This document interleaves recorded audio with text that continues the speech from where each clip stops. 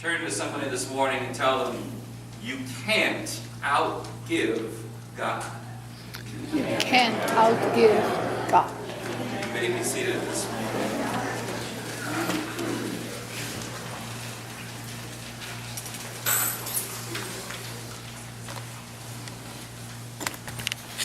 Well, before I actually start my sermon, I just want to say, if any of you had any questions where the real gifts and talents lie in my family, you'll know I married most of mine. And I'm so grateful to Nancy for coming and saying, I really would like to share this with the congregation. When could we do it? Probably good that we didn't do it right before the sermon, because I have a hard time doing that. But if you take a quick look in your bulletin, you don't have to do it right now. I want to let you know also that Nancy has been called by the bishop of our synod, Bishop Schaefer, to serve with honor and truly great responsibility the candidacy committee of the Florida Bahamas Synod. And that's something that doesn't happen easily or quickly. They really look around to find people who have the right spirit to do that. The candidacy committee really, Bill, you'll know this, right, is the committee that has the say over people coming into the process to begin their seminary training and go into Word and Sacrament ministry. And to be on that takes somebody with some good discernment skills. And so next weekend I'll be the bachelor and she'll be off in Tampa. And God bless you as you go. Thank you for your gift. Well, the commentators are clear in the text that we read this morning. Don't reduce these two women down to stewardship sermons. Well, what a thing to say on Stewardship Sunday. Thanks, commentators. Thanks a whole lot. Well, what two women? The two that we just heard about. The one was the widow at Zarephath, and there she was with Elijah.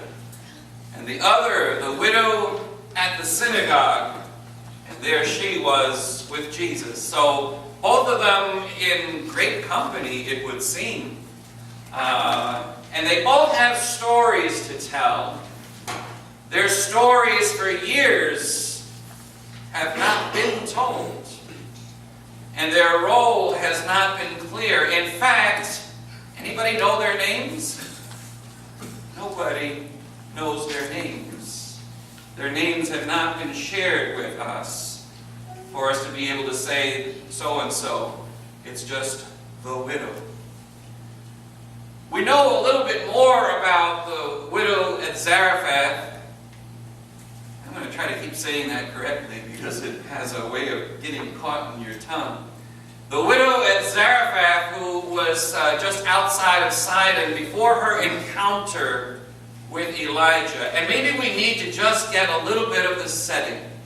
Because in 1 Kings 17, where Elijah is first being introduced, we've been hearing about all the kings of Israel. And if you remember, if you've read through that any time recently, you know how the history of that goes. They talk about one king and how long he reigned and whether he did right before God or whether he did evil before God. And whether they kept the law of the Lord or whether they went chasing after foreign gods or idols. And then there arose, we are told, a king named Ahab. No, not the one who went after the whale. That was way much later. But King Ahab, who arose and they said, and he did more evil in the sight of the Lord than any of the other kings who came before him. And so Elijah is introduced in this place as the one who comes up against King Ahab. And in his first encounter, he says to him, he speaks words that he says come from the Lord, though we never heard them coming from the Lord before, only hear them coming from Elijah. And he says to King Ahab, truly I say to you that until I say otherwise, there will not be another drop of rain that will fall in this land. There will drought, and you will suffer the consequences because you have not been a faithful king in Israel.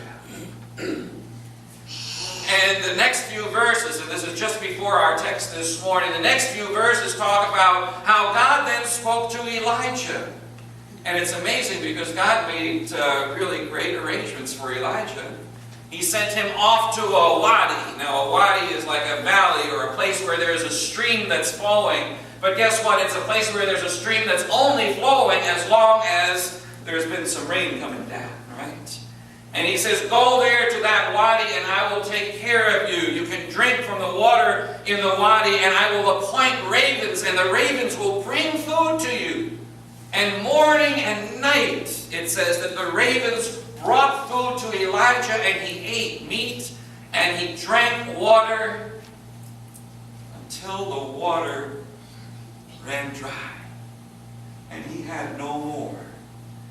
Now imagine, if you will, for a moment, because this is Elijah, the one who brought the word of the Lord, and how he's being taken care of. But this is not a problem that's affecting just Elijah. The whole point of it is like it's a siege. He's bringing this plague of drought against Ahab.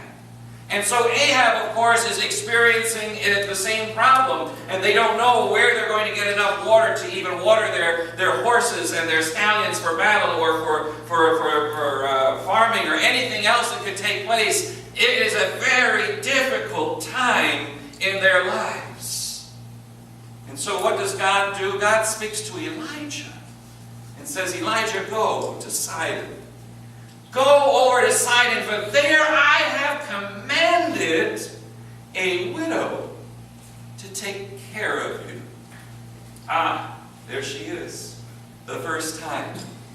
The widow that God has commanded to take care of Elijah. And you know, we're hearing this whole story from the perspective of Elijah. And so he comes into the scene, but I wonder if for a moment we can stop and get the perspective of the widow. God says to Elijah, I have commanded her, and I'm sitting here wondering, well, how did she know that she had been commanded? When we read the text, there's nothing there that's obvious or evident about her having heard a word from the Lord saying, take care of this guy. But nonetheless, there he comes. And he comes to her and he says, hardly as a request, I think, more as a command, as a demand, bring me some water. Now she responds and says, I will. And she's on her way to get him some water, even though she's thinking to herself, well, we've hardly got enough to make it ourselves, right? But I'll get him some water, because that's the way hospitality works, right? When somebody comes to your home, somebody comes into your presence, you need to give them some water. You need to give them something to make them comfortable. But there he is on his way, she is on her way getting some water for him, and before she can do that, he says, oh, and bring me a morsel of cake too. Okay, get me some, I am starving. Huh? Need something to eat. And so this woman, this widow, has to stop for a moment and say, I need to let this guy know what's going on here.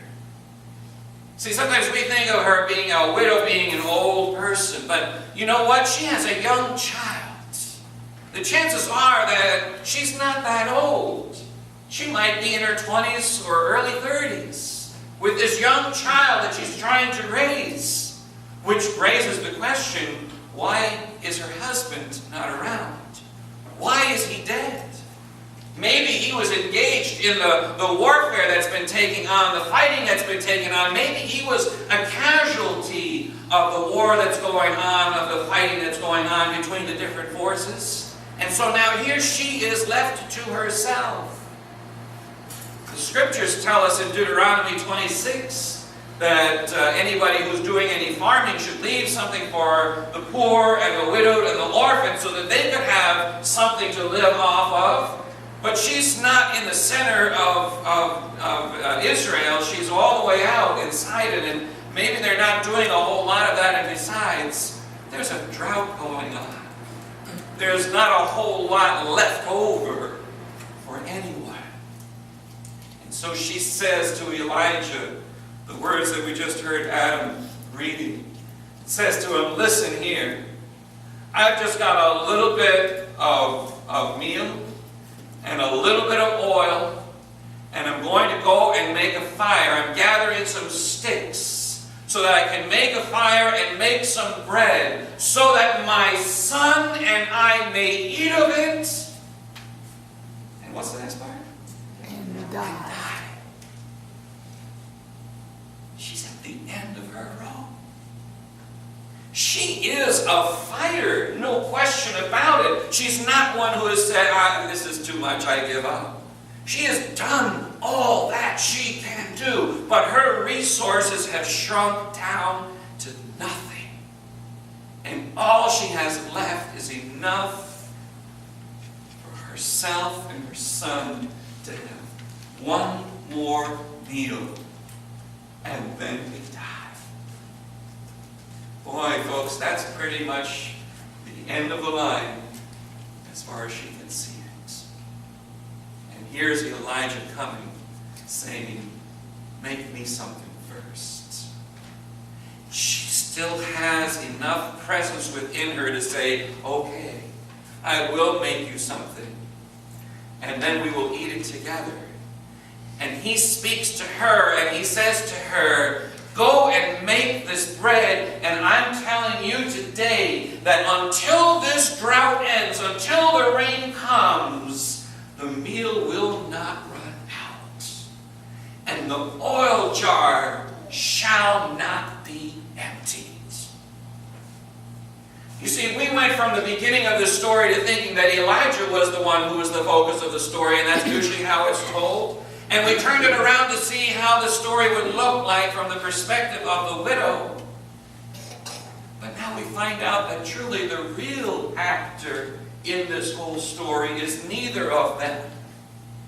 That the real actor is God. And that God says, I will not leave you forsaken. I will make a way so that you will be able not only to survive, but to thrive, to be able to go on, and to not just be the collateral damage that happened because of this disagreement or because of this argument and fighting that's going on because the king is not serving the Lord the way he should be. See, because that's what she had become, collateral damage in a war that she did not choose.